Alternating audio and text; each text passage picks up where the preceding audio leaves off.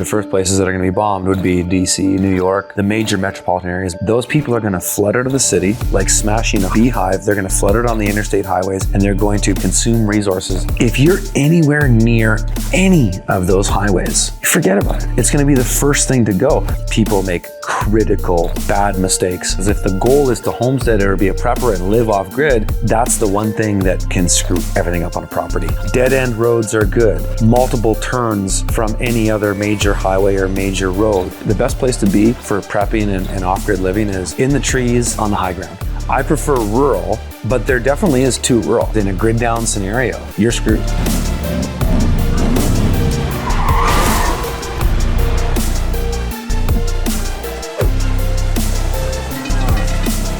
If you think about a real SHTF scenario, seeds are going to have value, food's going to have value. Probably 99% of people in the world today have zero agency over those things. If you don't have these things, you die. Okay, so I want to go off grid, but there's certain things that I need to know. What are the 11 scales of permanence?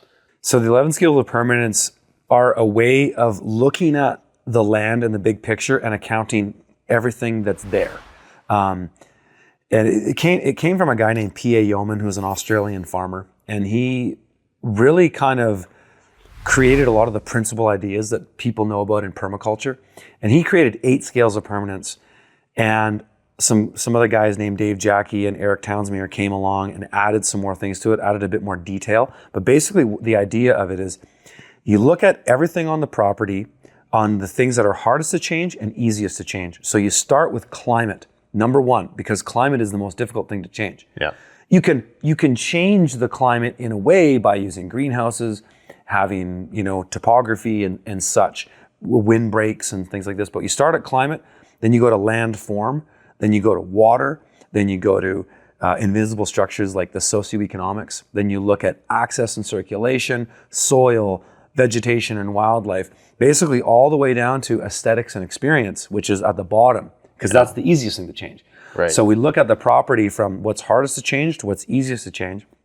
And, these things are very, very helpful when you're analyzing a property because the first thing you want to consider is the climate. Right. What is the climate? What's your average wind speed? What's your average rainfall? What's your average snowfall? Looking at those things because you can't really change those things.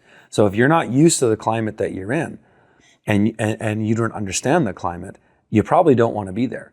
But because, say for you, getting on the land out here, you're used to the Saskatchewan climate. And so you're not really going to get anything that's a wild card. But there are probably parts of this area that we live in, or even thinking about Alberta going closer to the Rocky Mountains, where the climate's really volatile. In Calgary, they get those Chinooks. Yeah. That would score low. And so what I do with my property assessments is that I look at the 11 scales of permanence and I assign a number score to each one. And the objective is to have a property score really low. So climate, I assign more weight to a climate. So if the climate's sketchy, there's a high average wind speed, volatile weather, things that are going to make living there unpleasant, that's probably a property you're not going to look at. So you give that a high score.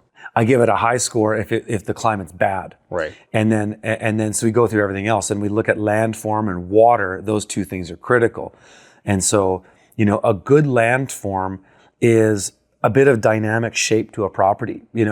Just to go and buy a big flat piece of land in Saskatchewan with no trees or no topography, you're really exposed because all of the scales of permanence intersect with one another. So for example, property that has good topography, meaning that's got some variation to it, that will also create a better climate for you.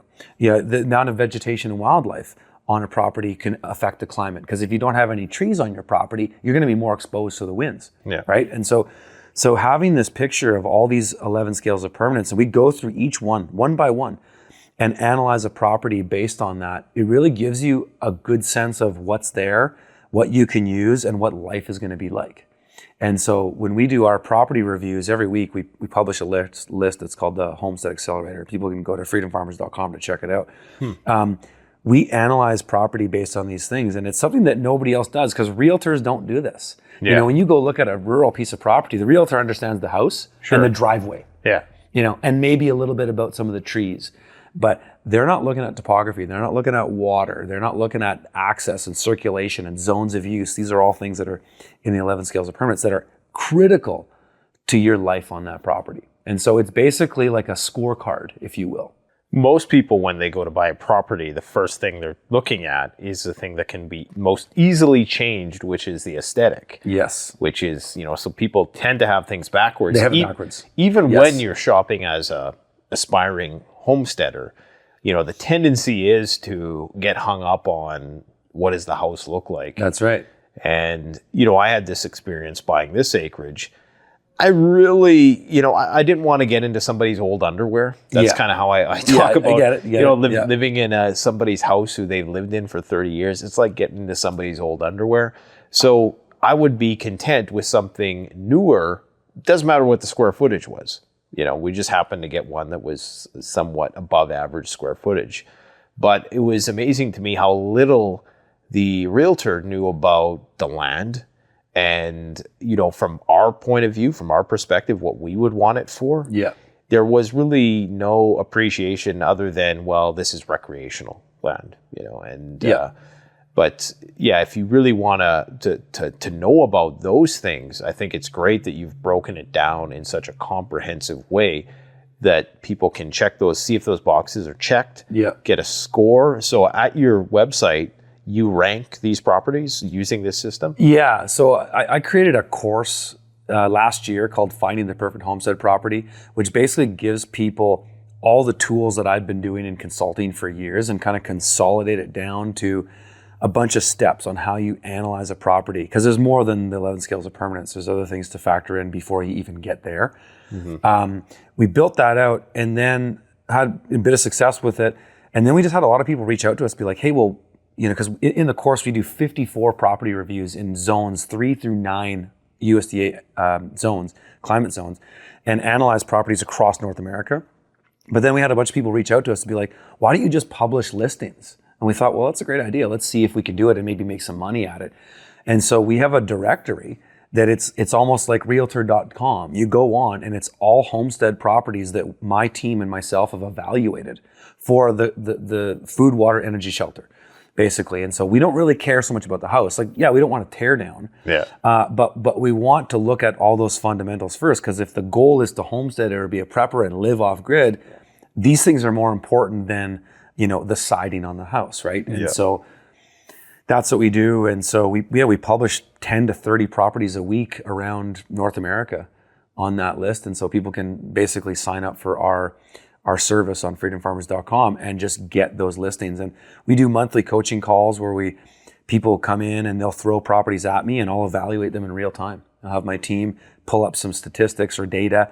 We'll get in on Google Earth and we'll evaluate it. And I mean, we're saving people probably 90 or more % of the time that they would spend visiting properties by doing this analysis, because if we go through the analysis, it's a full spectrum. We're looking at everything. And I mean, if you ever looked for rural properties, it's a lot of driving around. It is. Right? It's time consuming. You got to schedule it. You got to coordinate it. And really, like you're saying, all the data is there. All the information. You really don't have to go up. I mean, you might want to go up just to see, how the trees look or whatever. Yeah. And before you buy, you want to go. Yeah, for sure. But what we do is we eliminate 90 or more % of the time you're going to spend driving around to look at properties, because what our objective is to eliminate properties immediately. So the first thing I do when I look for properties is I look for threats. Number one, I look for environmental threats, industrial threats, climate threats, water threats, things like erosion, flooding. We look at the FEMA map. We reference the FEMA map for United States properties, looking at, we don't want to be in tornado zones. We don't want to be in hurricane zones. We don't want to be in tsunami zones. We're evaluating all that stuff first, because if I find a threat, it's off the list. It's done. And in my private consulting, I did that for years. It's just looking at the threats, not just on the property, but around the property. So pulling out the lens, zooming out to say a 200, 300 square mile area, and what's around us. Because if there's some industrial agriculture going on, just a couple kilometers from you, and they're spraying glyphosate on that property, and you're downwind or downstream, you don't want that. Yeah. And so Generally speaking, I prefer properties that are rural because there's sort of four types of land as we understand it in the Western world. There's urban land, which is, downtown Saskatoon, it's concrete buildings, what have you. Then there's suburban land, which is the suburbs. We all understand that. There's peri-urban land, which is where all the main commercial farming occurs, straight roads, quarter sections, you name it. And then there's rural land, which is trees. And, I say the best place to be for prepping and off-grid living is in the trees on the high ground. Mm-hmm. That's where you want to be. And it's difficult for a lot of people to achieve that, but becoming increasingly easier with remote work. Yes. There's definitely a benefit to finding that peri-urban sweet spot where you're close enough to a major center that you can still indulge in some of the amenities of the city from time to time and still have a convenient access to that. So you really have to make a choice at some point, I suppose, if you're going to want to go off grid permanently, especially if you want to live there and you don't want just one of these turnkey agrarian bunker solutions where you only visit it twice a year. Yeah. You really have to make that commitment. Yeah, and proximity to a town is an important piece of it because I prefer rural, but there definitely is too rural. Because let's face it, you're not going to just buy a property that's turnkey, even if it's got a nice house and it's got a shop and a bunch of things that you want. Maybe it's got a pond or something like that. If you're 4 hours from the nearest town, that's a real pain because when you go to develop that property, you're just spending a lot of time in your truck going back and forth. So there is a sweet spot of, like you said, kind of on the edge of peri-urban, maybe an hour or two from a major town, or maybe just 20 minutes from a small town. Because if you can get, say, 80% of the things that you need from the town that's 30 to 20 minutes away, that's okay. If you got to commute to a bigger town once or twice a week, that's not that bad. Yeah. But if you're having to do it all the time, it's a real drag in the building process. And the building process takes longer than most people think. It's not just, hey, get out there, throw up some solar panels and put up a chicken shack and you're ready to go. Yeah. There's a lot of work that goes into developing a homestead. And it's a big investment, especially if there's a sense of urgency right now, and I'm not going to lie, that's what's motivating me. Yeah. I'm in a mode where I see that, okay, even my best case projection is 5 years to things just falling apart. Yeah. But, worst case is much sooner than that. Maybe not falling apart completely, but to the point where it's going to be very difficult. I mean, once the war with China starts, getting all of this stuff is going to be next to impossible. China's the big linchpin. That's years, if not decades, before those industrial systems come back online. Big time. And so to get what you need now, even if you don't plan on, like this guy I was telling you about he's hoarding solar panels. Like he's buying as many as he's been buying them for years. Yeah. And it was, lo and behold, here we go. Now we have this new tariff on green tech, which is just insane. Makes no sense. It's a total contradiction. Yeah, to everything. exactly. But they're doing it. And so now it's going to be more costly to get that stuff, at least in the short term, to get a solar system. And so the solar companies are happy because, they're going to make more money. Well, maybe they won't because the bar for entry is going to be much higher. Yeah. But yeah, for me, there's a sense of urgency there. And I suppose if you want, you can expedite the process by paying people to do stuff. But then depending on what your purpose is, you forfeit some of your privacy because you got more contractors coming onto your property. You got more people who kind of know where you're at and that you have these self-sustaining systems in place.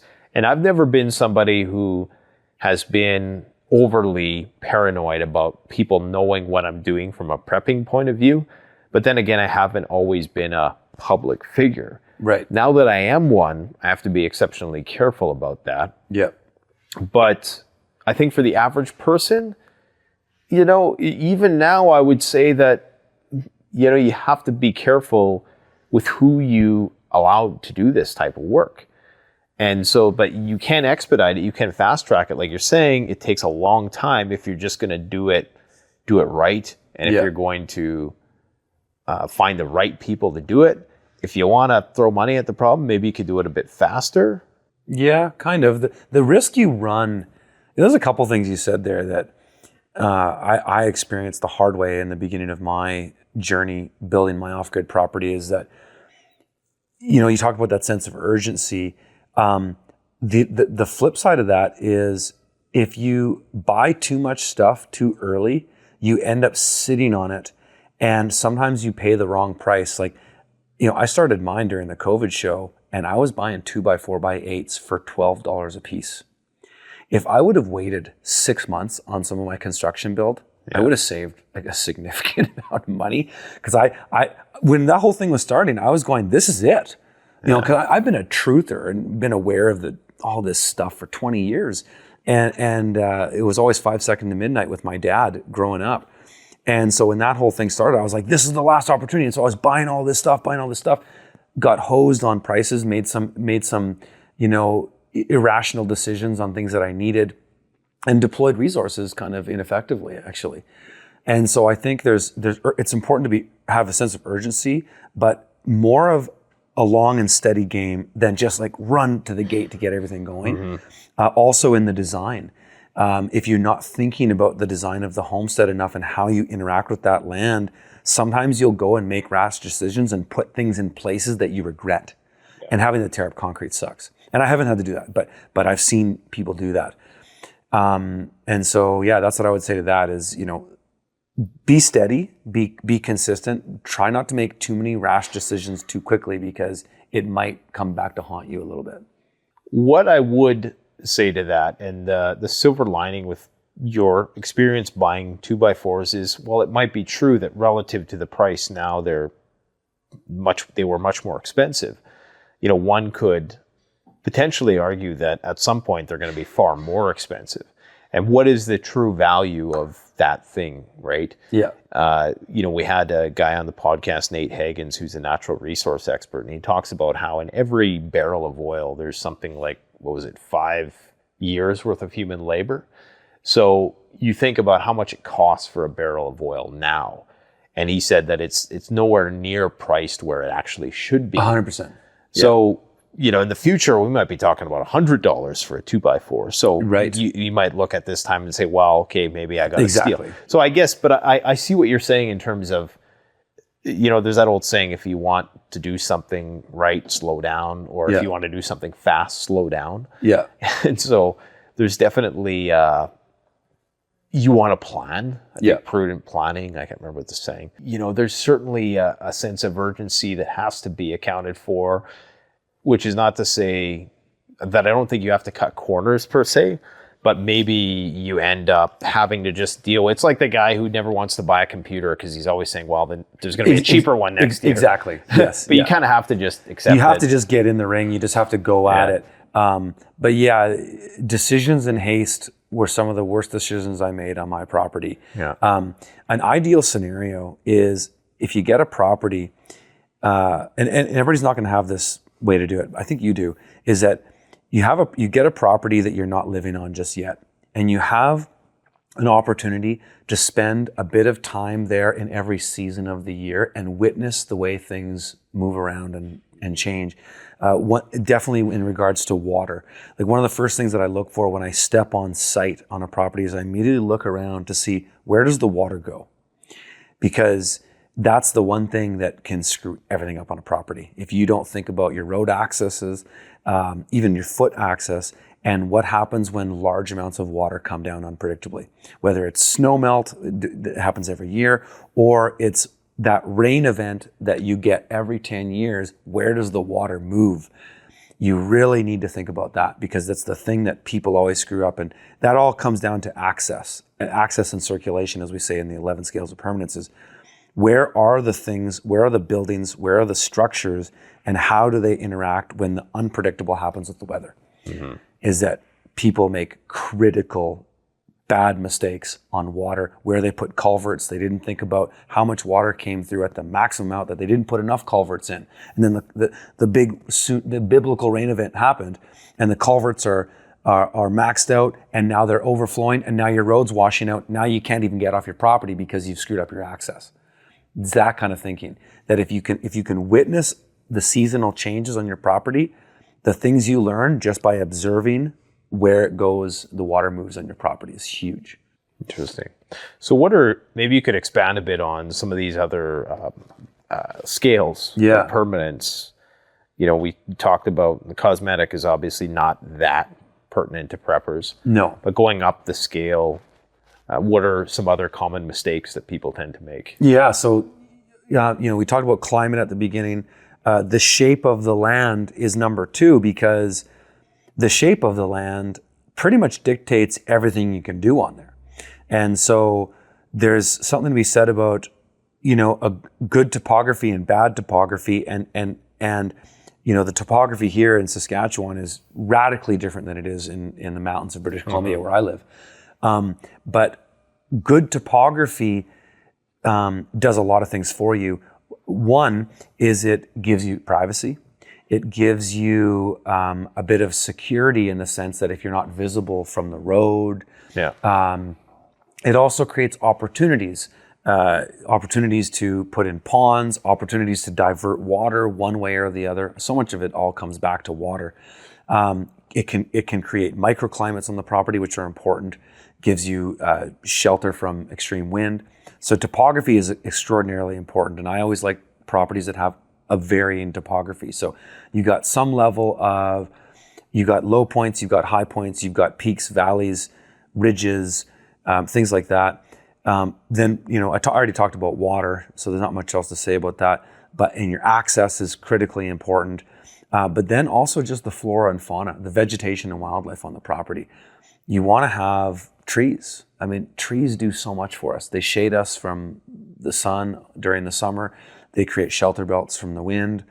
They give us resources. The trees could give you firewood.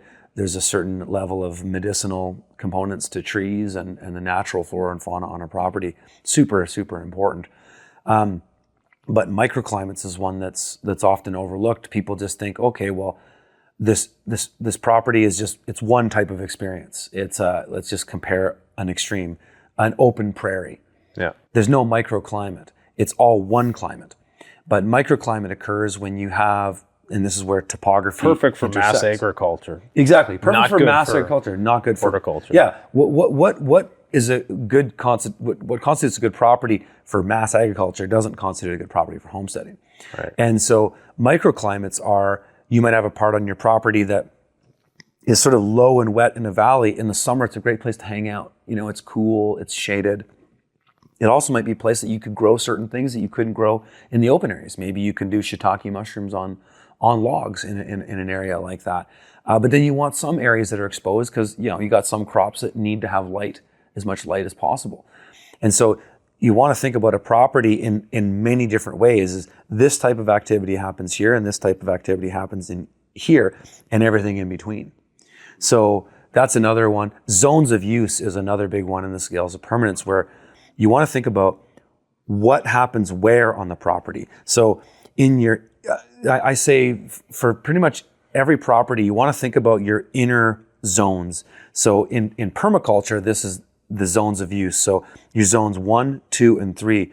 Your zones 1 are the areas that, call it 90% of the activity you do on the homestead is going to happen on a day-to-day basis. So whether it's collecting the eggs from the chicken coop, going and turning on the sprinklers in the garden, opening up the greenhouses, the things that you're going to do as just a quick shot from the house, maybe harvesting some herbs from the kitchen garden to bring into the kitchen for your wife or whatever it is, that's going to happen there. Your zone 2 is the things that you do less often, but things that, maybe it's the food forest, going to manage some trees.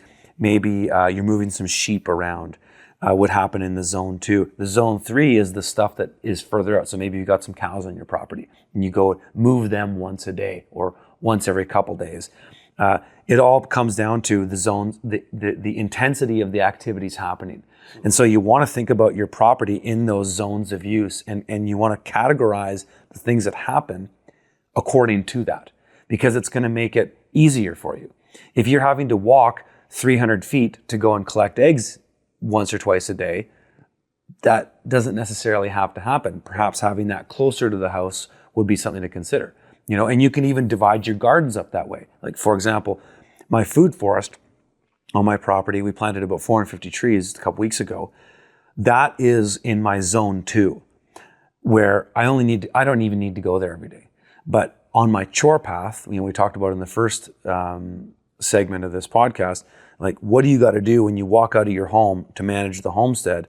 You want to do the things that are happening all the time, being closest to you, so that most of the time you're just accomplishing everything you need to do on the homestead within an acre, really. Yeah. And then, putting the things that don't need to happen all the time a bit further out. And then it helps you plan and design the land better, more You efficient. could do a lot. Like your first video, I think, the video that has the most views is about your suburban farm layout. And you do a lot. I don't know how much property that was, but it couldn't be much more than an acre. Oh, that property, my urban homestead was a third of an acre. Yeah. Tiny. But that's literally, you could take that and put that onto 160 acres, and it's the exact same thing. Mm-hmm. And then, because now you're just adding elements that I couldn't have had there anyways, right? I had some perennials and some trees, but not a lot. And so you could take all of my early market gardening content and apply it to a large scale homestead, is because all those things are going to happen in the zone 1. Mm-hmm. And then you're adding other pieces that I wouldn't have had space for in that context. And it's practicality too. When I'm designing this current homestead, I always use air quotes, because for me, when I think homestead, I think, everything. I think of the Amish, right? Yeah. But yeah, as close as I'm going to get, at least right now. I originally had these big aspirations to put things maybe further away, not thinking about that. Yeah. But yeah, my buddy Dean over at Arcopia came by, and he's like, you want everything tight. Yeah. You want to try to keep everything tight. Even my shelter belt that I planted was way too far out. And I don't even know how many of those trees are going to survive anyways. They were younger trees, so I'm not too concerned. If I screwed up on that, then big deal. Yeah. Yeah, I originally had this grander vision, and then realizing just from day to day what's easiest and designing it around that. Yeah. Because it's kind of like a big, cool EDC tool, like a big, hefty Leatherman that has or the Swiss Army Champ or whatever that has 100 different tools. Well, it's great, but if it's too heavy to carry, you're never going to carry it. You're never going to use it. Exactly. So, you have to kind of pare things down a little bit. And also think about what is going to be used most of the time, and that's a good analogy to the multi-tool is, the multi-tool is great when you need something like that, but you might just use the knife 90% of the time. All I use is the pliers. Yeah. 90% of the time. So maybe the screwdriver. Exactly. So what's the point of having that whole thing? But that's actually where I start. When it comes to homestead design, the first place I start with everybody is your context. What suits your lifestyle? What do you want to do? That's number 1. And then coming up with a list of negotiables and non-negotiables. So what are the things that you need and that you're not willing to negotiate on? And so for you, it was like you wanted the privacy, you wanted large acreage because you wanted to have the space, right? Those are probably non-negotiable. Yeah. But, probably the exact length of the driveway, or how big the shop was, things like that, those might have been negotiable for you because you knew you could build them. Mm-hmm. And so that's the biggest thing. A lot of people think that there's sort of a boilerplate homestead property, and there is to some degree, because if you just ask me, what are the main things that make a good homestead property, I could tell you. But at the end of the day, it's the end user that matters the most. And what's your context? Because if you're not going to do certain things, why deploy resources into setting them up that you're never going to use them? Mm-hmm. So you really want to understand what you want. And this is what I tell people all the time. Make a list of negotiables and non-negotiables. It's a great thing. Think about what you want the most, what you're not willing to negotiate on. And then what are the things you're flexible on? Because then you can come up with a realistic picture that when you start getting out in the field and looking at places, you can go, okay, well, I wanted this, but I'm flexible on that thing, but this thing, I'm not. And so if you're really clear on that, it's going to make your search so much easier. And it's often sitting down with your spouse or whoever it is you're going to do this with and making that list and spending some time to kind of iron it out, because you're going to have your spouse and yourself are going to have different needs, right? But go through that, because if you don't have that, you're going to waste so much time when realtors start showing you stuff, because you're just going to be arguing in front of the realtor. which is a waste of time. And it's a waste of their time. So if you know that list, when you go to look, it's going to be a lot easier. So moving up the scales then, what's next on the scales of permanence? Okay, well, let's consult my list. So we talked about access and circulation. Yeah. We talked about vegetation and wildlife. We talked about microclimate. Buildings and infrastructure are number 8. And so, for most people looking for homes, that's number 1. But for us, it's number 8. So looking at the condition of the house, the fencing, the shop, the infrastructure there. It could be the well, the infrastructure, the power system, all that, the buildings and infrastructure. Next from there is zones of use. I talked about that a little bit, thinking about how things are zoned and how that's laid out. Number 10 is soil. And it's number 10 because you can fix the soil. Like, a lot of people get hung up on the soil. And on my property, I have no soil. I had to mine it from riparian water collected areas that I turned into ponds, that I repurposed that soil and moved it into my growing areas. And then lastly, it's aesthetics and experience. And often, as you pointed out, that's the first thing that people are thinking about. Oh, how nice is it when I pull up and see this fence and this little area of trees? Like, you can fix all those things. You can renovate the house. And so, climate, landform, water, socioeconomics, and we didn't actually talk about that. I could circle back to it. Access, circulation, vegetation, wildlife, microclimate, buildings and infrastructure, zones of use, soil, and aesthetics and experience. But going back to number 4, which is the socioeconomics, this is the thing that a lot of people don't think about. Is they don't think about, we talked about it a little bit when we were talking about proximity to a town. Yeah. And what does your daily or weekly commute look like if you have to do that? But also, what is the general socioeconomics of an area? And I've ruled out properties for years based on that alone, in that, there's some parts of the United States that are extraordinarily undervalued. So you might look at a state like Tennessee in the US right now, which is really hot. It's a hot market. There's a lot of people expatriating from California and New York going to Tennessee. They want a bit of the freedom, they want a bit of the space, but everybody else is wanting to go there. So the values are just through the roof. You can go to a place like Northwest Arkansas and find properties of the same size. It's the same climate region, really, at a quarter to a third to half the price. But some of those places, the socioeconomics are pretty gnarly in that all your neighbors are really poor. It's like an episode of Deliverance.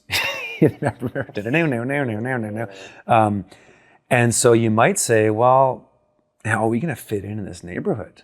It's really rough. It's really depressed. Sometimes that's not going to work out for you. If times get tough, you stand out like a sore thumb, especially if you're coming from some of these better states, or wealthier states like New York and California. You might go in and put in this really awesome looking turnkey homestead, but it just doesn't fit in. You're going to be a target. Also thinking about the socioeconomics in the sense that, okay, where's the biggest town closest to me? What's the biggest city? What happens in an SHTF scenario? Those people are going to flood out of the city, like smashing a beehive. They're going to flood it on the interstate highways, and they're going to basically consume resources in the easiest areas possible. So you don't want to be on any interstate highways. You want to be preferably a dirt road. You want to be hidden from any viewpoint that if people were to flood out of the cities, you just want to think about where they're going to go. I often think about, okay, so you have, a lot of these inner city regions that, people have a high degree of street smarts. There's a lot of crime. But I often wonder, okay, what happens when the suburbs run out of food? What do people turn into then? Because they're as dependent. Is it going to be people more cooperative? We don't know, right? It could even be worse in some respects. Maybe not so much in the country because, people are, in the rural environments, people kind of are maybe more willing to work together universally. Well, and they're just used to having to figure things out. And I think you've even said this before that, universally, it doesn't matter where you go, whether you're in BC or rural, everybody's kind of the same. Yeah. Whether you go to BC or Texas, right? Yeah. But, I often wonder what it's going to look like. We talk about Black Friday in different regions, but even though the well-to-do who are very, as technologically dependent on the grid as everybody else in the city, I'm skeptical of how well they're going to cooperate. But, interestingly, you talked about being too close to like major highways and stuff. Yeah. And there was this story I just heard in Quebec, I think. This guy had all his cows stolen. So like this is where we are. And I've talked about this in my videos. I'm like, one of the first things to go in SHTF, people always talk about, well, the deer are going to be hunted to extinction. They're going to be rustling the cattle. Absolutely. And so this guy had 80 head of cattle stolen. Yes, I don't even know how they did it. They haven't been found. So these guys were sizing up his property and they knew when he was going to leave. I guess they had big enough trucks that they could bring in. They stole all 80 cattle. And that was like $200,000 worth of meat. That's insane. Yeah. I've never heard of that. Yeah. So that's kind of where we're at now, right? It's like exactly what you're saying. Like, if you're that close, even in a less than SHTF or SHTF light scenario, you're vulnerable. Your cows aren't even. This is why I say get to the high ground where there's lots of trees. And a lot of that comes down to just visibility. And so imagine a geographical area we're probably both familiar with, like the lower mainland of Vancouver or the GTA, the Toronto, Southern Ontario concrete jungle. If you're anywhere near any of those highways, forget about it. It's going to be the first thing to go. But the good thing is most people aren't going to get any further than a tank of gas. Mm-hmm.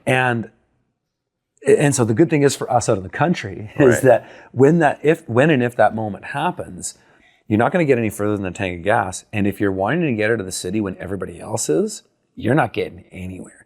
And it's the same sort of proverbial scene you see in every zombie apocalypse movie, where you see miles and miles of cars in gridlock and nobody's going anywhere.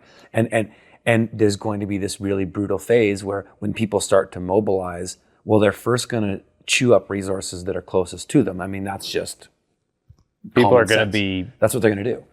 Field dressing cows. Exactly. So this is where farmland is not really good for prepping. Mm-hmm. You want to be in rural areas, at least on the cusp of a rural area. Dead end roads are good. Multiple turns from any other major highway or major road. You really want to think about traffic. Like when you're buying an off-grid property and you want to do the agrarian bunker, as we've been calling it, you want to think about how many cars are driving down that road on a day-to-day basis and what is the traffic?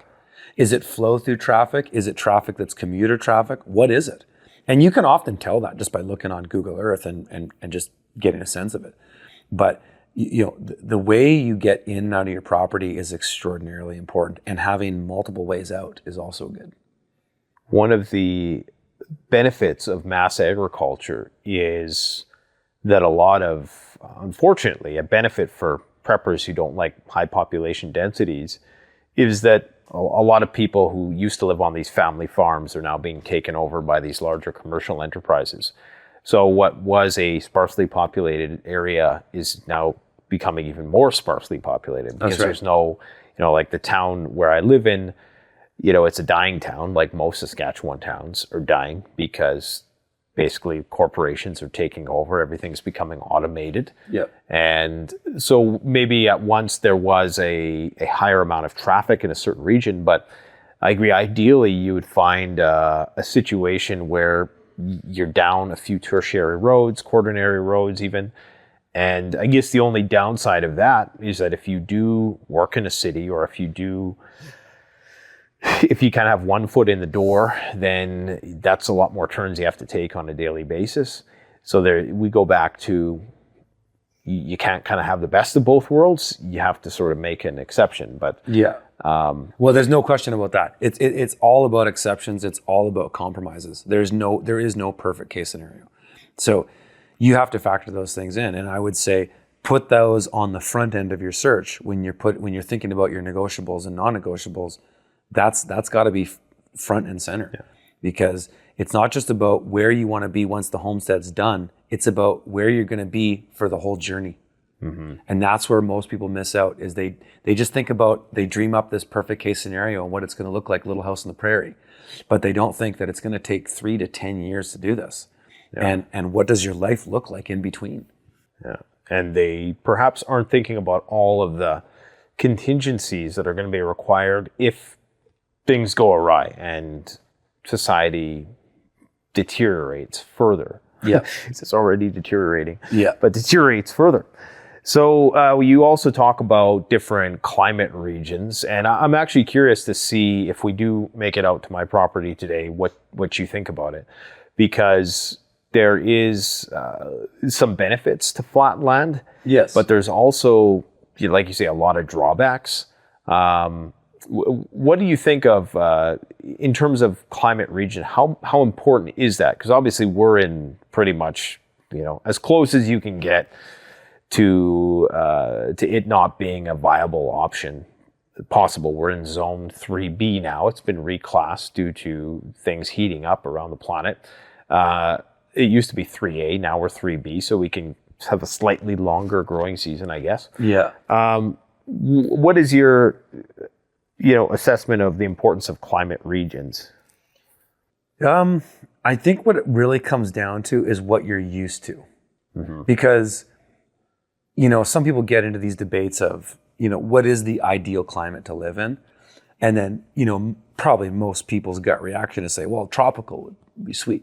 Yeah. But tropical regions aren't really that easy to grow in. If you're a Canadian and you're used to a certain diet, you got into the tropics, man. And a lot of the stuff you're used to growing here just doesn't work down there.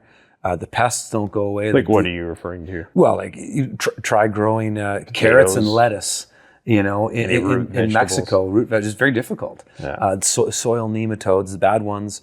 The diseases don't go away. The aphids don't go away.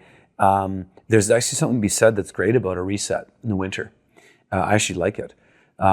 So, what your preference is, like there's 5 types of climates, right? There's Arctic, which is, forget about it. There's tropical, there's desert, there's boreal, and there's temperate. So if you look at a map of North America... Where do the prairie or grasslands fall on that? They're classified as boreal, and that's a broad term because, you pointed out a little bit when we've been talking about your property, you're on the edge of the boreal region. What you're referring to there is where the boreal trees start, right, in the softwood trees. But we are technically in the climate classification system. We are in the boreal regions, which essentially means boreal is classified as cold winters, hot, dry summers, broadly. And of course, there's a myriad of exceptions and details in all that. But most people in North America live in the boreal and temperate regions. If you look at a map of North America, everything basically west of Texas up until the Rocky Mountains is arid and dry. So those are we call them the BSK climates. They're the steppe and cold and hot desert regions. And then you get into the West Coast, and then you're in the coastal temperate regions. And then coming into North America, the temperate region that exists where most Americans live is that green zone, basically going from south of Pennsylvania down to sort of eastern Texas, and then all the way down to Florida. That green zone is the temperate region. And temperate is wet, basically, but you get, a mild winter with rain, but you also get rain during the summer, which lends itself well to agriculture. It's why there's so much food production and agriculture out there.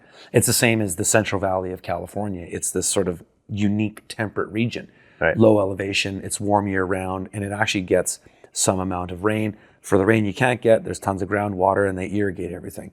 But I think the boreal regions are great. I would cut it off at zone 3.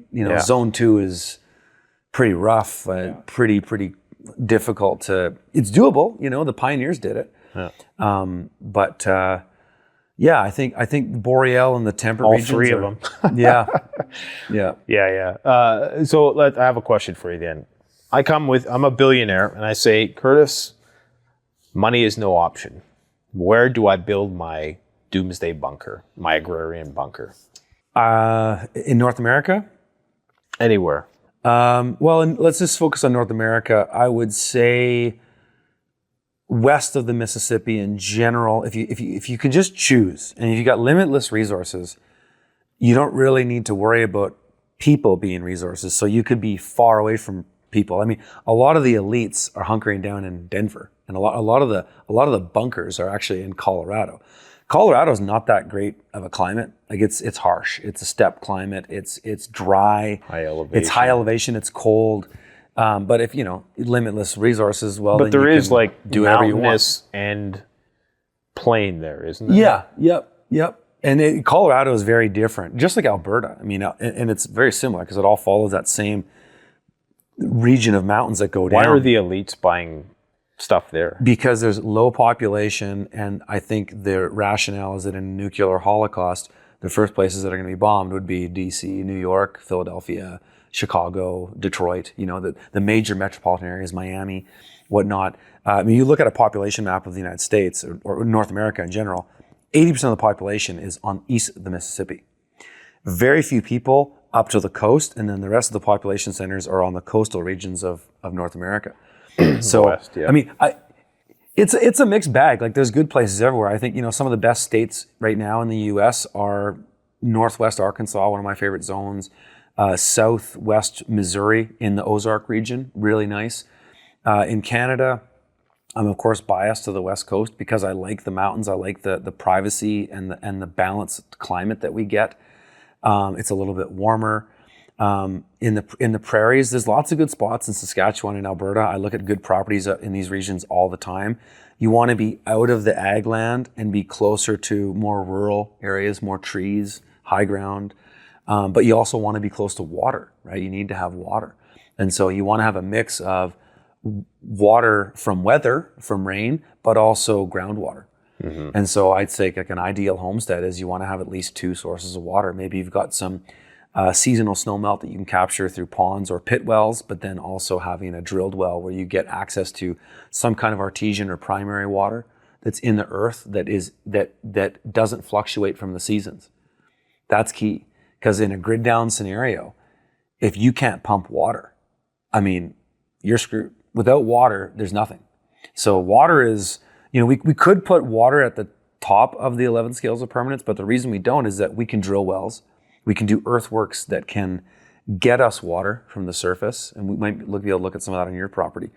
But yeah, that's some food for thought. I mean, where is the ideal spot? I don't know. There's a lot of variables.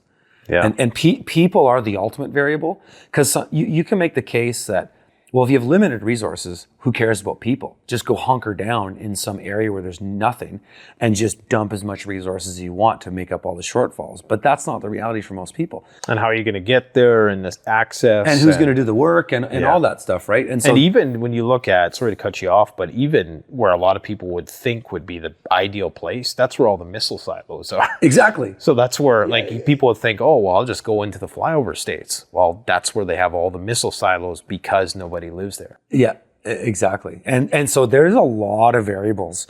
And, when I'm doing this stuff, this work for people, I have to factor in their context and their negotiables and non-negotiables. That basically crafts where we go. So what you're saying is there's many suitable places that you would direct people. It does become a matter of preference, but there's several 10 out of 10s out there. Yeah. And I would probably say there's a stronger list of places that I wouldn't go than places I would go. Right. So I would avoid, as far as the U.S. is concerned, I would avoid Arizona, New Mexico, Utah, because they're just barren. There's just nothing there. I would avoid Western Texas. I would avoid Southern California just because of the volatility of the population and how many people there are. High population density. Welfare dependency. I would actually avoid Florida. I know a lot of freedom-minded people want to move to Florida, but there's so many people in Florida. Like, it's in an SHTF scenario. Too. Well, that's just it too. It's incredibly vulnerable with climate, and so that rules it out for our 11 scales of permanence. So I would avoid the dead zones. Look at the trees. Look at areas that are green. That should be obvious, but I hear so many people moving into the desert. I'm like, there's nothing in the desert. Why? You can't grow. The unless winds you are have, harsh. Yeah, unless you have like endless. I guess if you have energy and a water source, you could irrigate, but that requires energy. It's like in the Middle East right now. Like, they're being held together by energy. Limitless energy, exactly. Yeah, if it wasn't for that, Dubai nothing. wouldn't exist without limitless energy. No. Right? Nobody would live there. So when I think about homestead, at least in my case, I'm designing my homestead around the ultimate redundancy. And that by the time I'm finished my home, I will be able to survive without electricity or pumped water. I'll be able to run everything off wood stoves. I'll be able to heat my home, cook, and heat water with a wood stove alone. Mm-hmm. I'll be able to pump water manually, and I'm setting everything up to that ultimate redundancy. Yeah, I've got a great off-grid power system. It works good. It's got some good redundancies built into it. I've got multiple sources of power. But what about an EMP? Mm-hmm. Right? What if an EMP knocks your whole off-grid system out? You can only prepare so far for that. So I want to be able to get through a Canadian winter with one wood stove, and I'm designing everything based around that. So you would leverage things like a passive solar, geothermal. What other sort of ways would you mitigate weather and climate and temperature? Yeah. So you said it. Greenhouse is number one for us in Canada, and actually most places in the world. You got to have greenhouses because even if you're in the tropics, greenhouses keep the water during the wet season off your crops. And you can't grow in soggy soil. So greenhouses are universally important in a real off-grid prepper homestead type scenario. So multiple greenhouses, different types of greenhouses. Passive solar greenhouses I love, especially in these climates where you get sun in the winter. It might be minus 30 or 40 Celsius, but it's sunny. You go in Dean from Arcopia's greenhouses, and he's got a hot tub in there. It's nice. It's a nice place to be. So I like that for the lifestyle component, also growing some of the things that you just couldn't grow in any other situation. But then I like to think about greenhouses as in I have scales of inputs into these greenhouses. So the passive solar greenhouse requires inputs. It's also expensive to build. It's a lifestyle piece. It's a food growing piece. But then you want to go, okay, what's my next step down in a greenhouse? Maybe it's a simple high tunnel with 2 layers of poly. You blow air between it, so run a low voltage fan. I can do that in off-grid, no problem. And I can really extend my season. I can grow in this greenhouse, call it 10 months of the year. Then I've got high tunnels, which are just unheated, that just extend the season. Mm-hmm. So I'm not growing them in them during the winter, but if I have a cold March, it doesn't matter. I can start seeding crops in there. So I'm kind of thinking about 3 types of greenhouses really in terms of that. And then other types of infrastructure, you want to have a shop where you can build and fix things. You want to have a food processing area where you can do your freeze drying, you can do your preparing your food, your canning, your processing and stuff like that. You want to think about all the things you need to do on that homestead and then having that infrastructure to accommodate each of those tasks. Yeah. Yeah, it's a lot. It's definitely lot. It is a lot to think about. You talk about dump load power, and this is something I didn't think about getting a solar system is you're going to have an excess amount of energy that unless you're pumping it back to the grid, you'll have to do something where you don't have to, I guess. But what sort of uses could a person have for this dump load power besides mining Bitcoin? Yeah, exactly. Well, that's what everybody, go mine Bitcoin, but it's actually... As far as setting off grid, it's hardly worth it. Yeah. Just because your system's going to seasonally produce, right? So if you're in Canada or any relative cold climate, your solar system is going to overproduce for 6 months and it's going to relatively underproduce for the other 6 months. So if you don't have a place to dump excess electricity when you have it, you're losing on an ROI on your system, right? Because my whole off-grid system cost me $130,000 Canadian to set up. That's all the labor, all the wire, all the batteries, everything. I don't feel so bad now. The deal that I'm getting. So, but 20 kilowatts of solar, 100 kilowatt hours of batteries, a 13 kilowatt diesel generator, all that stuff. And if only Tesla would allow you to use that power in your Model X, you'd have the battery's taken care of. Exactly, if I could tie it in. And there's some guys that have done it. The new Ford is that they actually allow you to use that power. It's a pretty cool thing, and I wish Tesla did that because both you and I drive Teslas, or partly. So where you dump just electricity. Lost half the audience. Yeah. Everybody's like, you're a sellout, totally. But regardless, you need to be able to use. If you're not using the electricity, your solar system, when you max out your batteries, it goes into what's called a float state, which means that it just turns off the panels because there's nowhere for electricity to go. So if you pulled in 80 kilowatt hours of electricity during a day, and then it went into float, but you could have produced another 30 or 40, you're literally losing out on your ROI. So you want to dump that electricity somewhere. So electric vehicles are great for that. Electric tools are great for that. Pumping water uphill to cisterns to gravity feed down to your system is a great way. Dumping it, pumping to ponds, what have you. Heating things. So in the summertime, turn all your water heating to electric, because you're going to have excess electricity. So just run an electric hot water tank. That's what I do. So in the winter, I either heating it by wood or heating it by gas. But for me, it's the other 10 months of the year, I just do electric hot water. So for you, it also could be putting in a heat pump into your house. Yeah. And have heating and cooling. If you've got a big enough solar system, you can heat and cool for at least 8 months of the year, so that you don't have to do less firewood in the winter.